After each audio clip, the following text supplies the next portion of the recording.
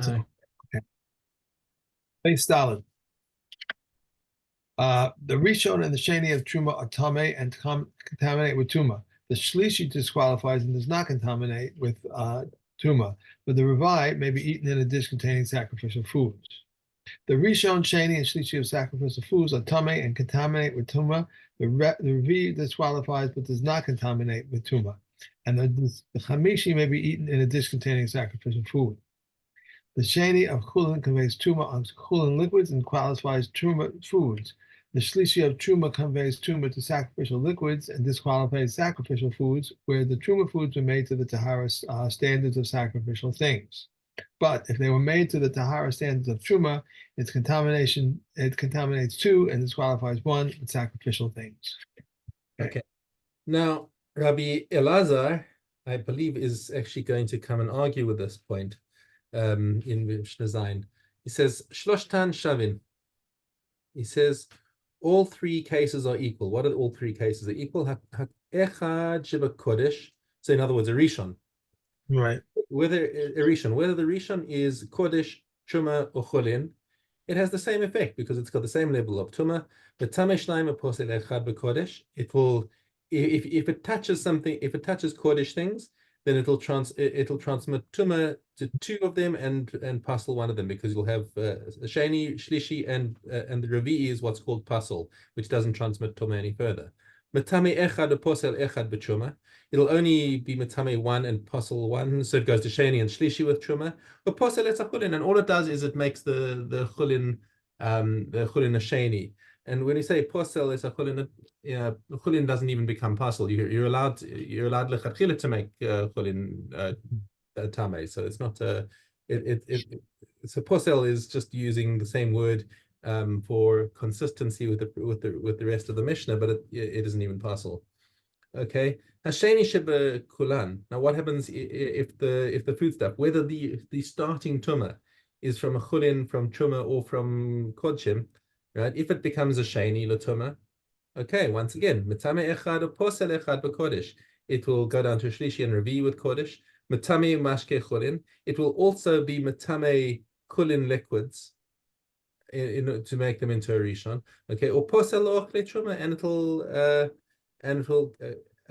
it'll be matame somebody. It'll be matame truma at one level. Okay, hashlishi bekulan. In all cases, whether it's kodshim, truma, or chulin. Now, how does a chulin become a shlishi? Only if somebody is keeping the chumrah of eating their chulin al taras kodesh or al taras truma. Okay, but if something becomes a shlishi, the only thing it can affect is kodshim. Matame mashke kodesh, it will be matame liquids from kodesh, or posel ochle kodesh, and it will also cause the kodshim to become pasel. Okay, so he says there's no distinction. He doesn't hold by what we said in the previous Mishnah of if something was that kodshim treat everything that's of a lesser holiness as completely tame, and elevating it to the level of a rishon. Okay, so there seems to be a conflicting opinion. Okay, Mishnah Ches ha'ochel sheni. Now, if somebody eats food that is tame to the level that is second degree tame, lo yasem b'beis habad. So a person's allowed to eat food that's tame sheni. Okay, but if it's chulin, okay. Lo yasem b'beis habad, but he shouldn't do it in the olive press, right? Because if the olives themselves are tame, then as soon as they squeeze liquid out, the liquid is going to become tame and elevated back up to the level of a rishon. Okay, and what's the problem? What's the problem with coming out with the liquid coming out and becoming tame? Is because you haven't yet taken trumas and masters of it. And if you're going to take, and now that you're taking the truma, it's going to be you're going to make it you're not going to be able to give the Trumas and Masras in Tara to the Kohen. So what should he do rather? If he is oh,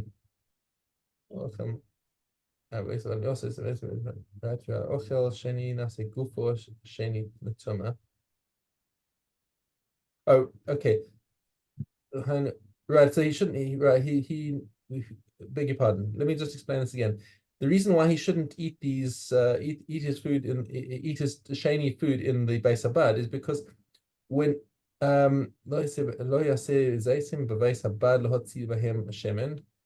because the ochel sheni becomes because if he eats the food, he becomes a sheni because his guf itself will become a sheni latuma, and he will be matame the oil that's in the Beis Habad if he touches it. Okay, and that's the problem.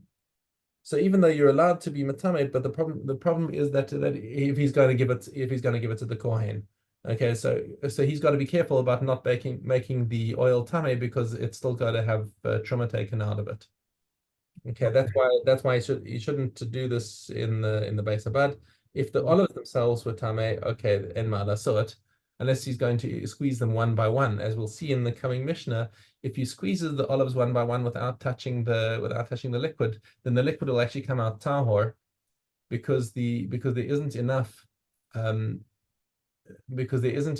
each olive to transmit tumah. It's less than a kibetza. Okay, we'll see that in a second. Okay, chulin shenasu al gav kodesh hare eluka chulin. If chulin was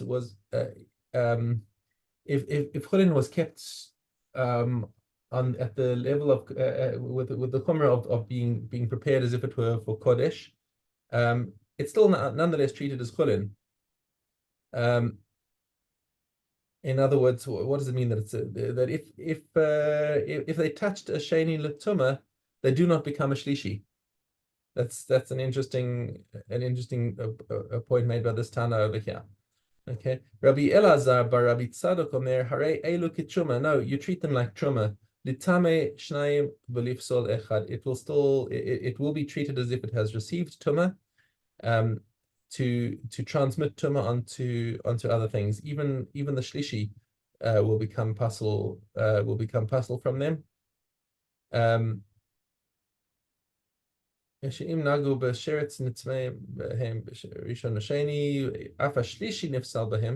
yeah, they will receive a third degree tuma.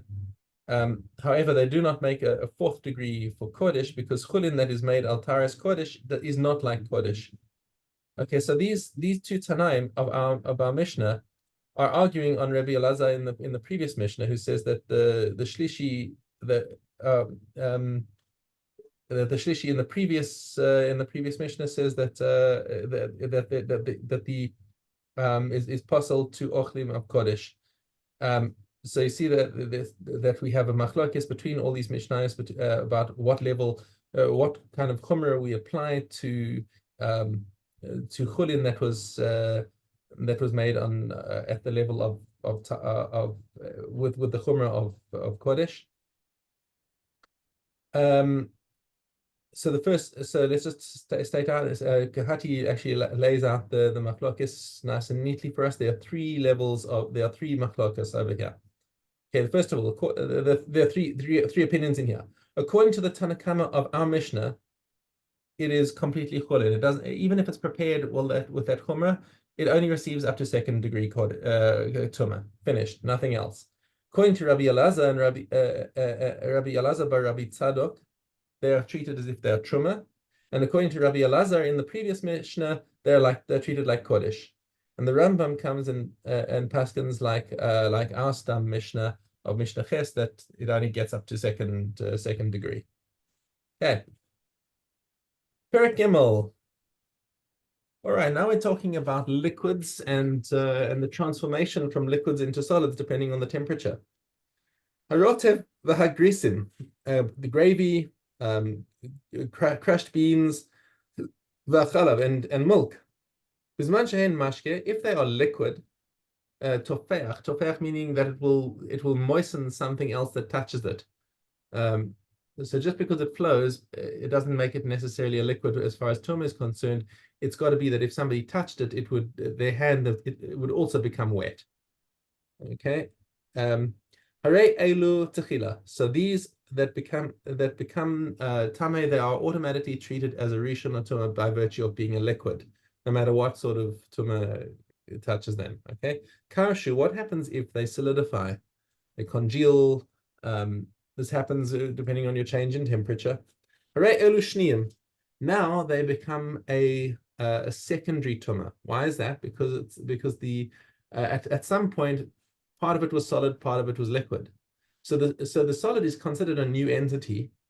However, it's been in contact with the liquid, and because it's been in contact with the liquid transmitted tuma one level down. So now they become a sheni. Chazru v'nimochu. Now what happens is the temperature goes up again and they start to melt. Now it matters how much of the solid there was. Kabetza mechuvan, if it is exactly a kabetza or less of the solid, then the liquid that comes out is going to be tahor. Why? Because as soon as the little bit melts, then the solid is less than a kabetza. And since less than a kabetza cannot transmit tumah, the liquid that comes out of it is completely tahor. Yosen a kabetza, however, if it was more than a kabetza, it's tameh. She came into yat'a tipa rishon, as soon as the first drop of liquid melted, nitmeis kabetza, then it became tameh from contact with the full kabetza of tameh of a tameh solid. All right, and that's it. Let's go back to para. Very confusing. Good basic. Okay.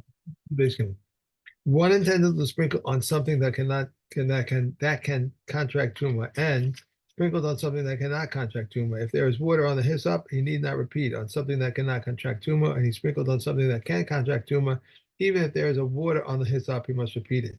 On one person, and he sprinkled on an animal. If there is water on the hyssop, he need not repeat on an animal. And if he sprinkled on a person, if there is water on the hyssop, he must repeat. Water that drips is valid, therefore it contaminates as katas water. If one sprinkles from a public window and he entered the temple and the water was found to be invalid, he is exempt from a private window and he enters the temple and the water was found to be invalid. He is liable. But the Kohen Gadol, whether from a private window or from a public window, is exempt since the Kohen Gadol is not liable for a temple entry. They would slip in front of a public window and they would tread there without restraint, since they said katas water, which was performed, its task does not contaminate. The tahor person holds a tamei hatchet with his garment and one sprinkles on it. Even though it has on sufficient water for sprinkling, he is tahor. How much water is enough for sprinkling? Enough to dip the tips of the stalks and sprinkle. Rabbi Yehuda says, review the water as if it is upon his up of copper. Okay. And, okay. I am. Okay, Yud Aleph. If a Metzora brought his offering when he was poor and he became wealthy, or he brought it when healthy and became poor, everything follows the sin offering. These are the words of Reb Shimon. And Reb Yehuda says everything follows the guilt offering. A poor Metzora who brought the offering of a wealthy person has fulfilled his obligation, but a wealthy person who brought the offering of a poor person has not fulfilled his obligation. A person may bring the offering of a poor person on behalf of his son, his daughter, or slave, or his manservant and maidservant, and thereby enables them to eat from offerings.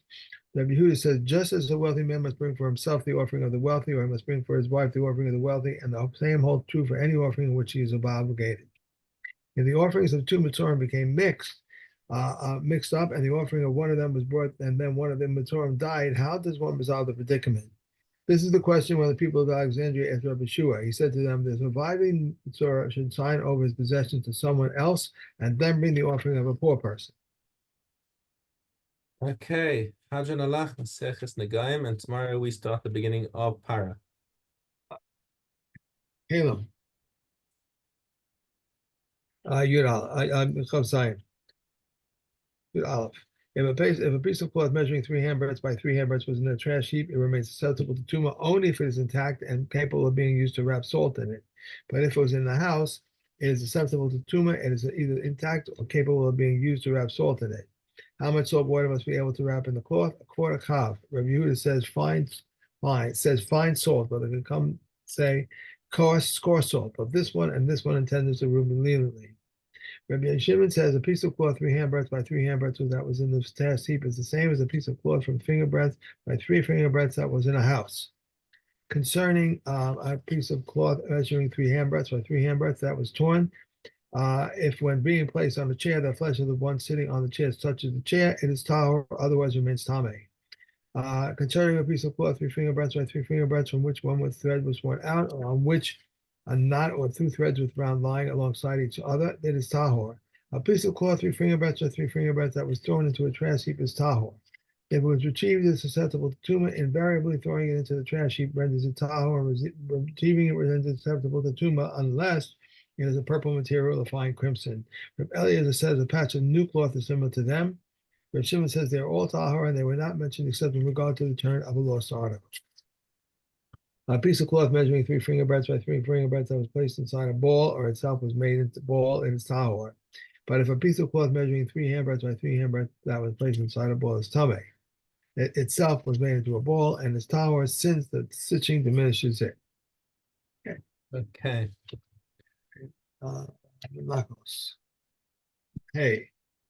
If he intended pickle with the comments, but it was not with the frankincense, or with the frankincense, but not with the comments, Rav Meir says it is pickle and one is allowed with the karas over it, but the comments say there is no karas for it unless he intends pickle with all that renders it permissible.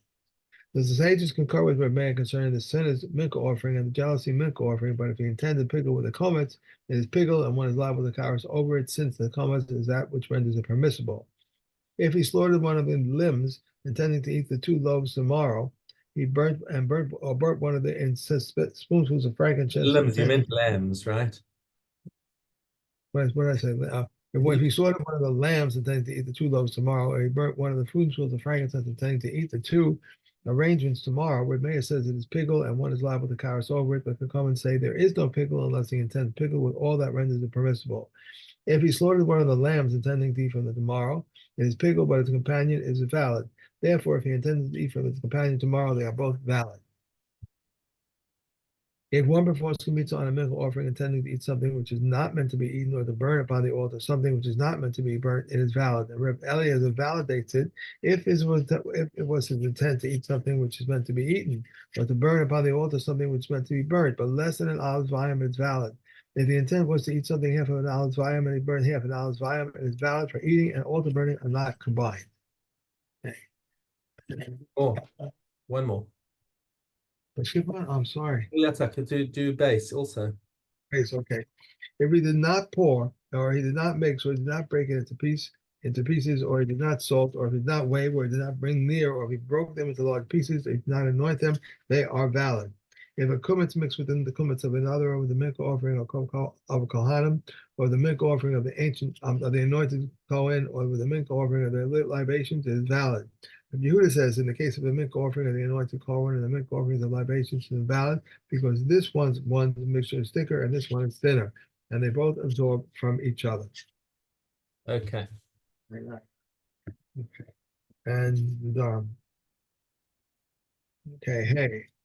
If one makes a net prohibiting the milk is permitted whey, Reb Yossi, however, forbids it. The whey is permitted milk. Short says one who makes a net prohibiting the cheese is forbidden it, whether it's salted or unsalted.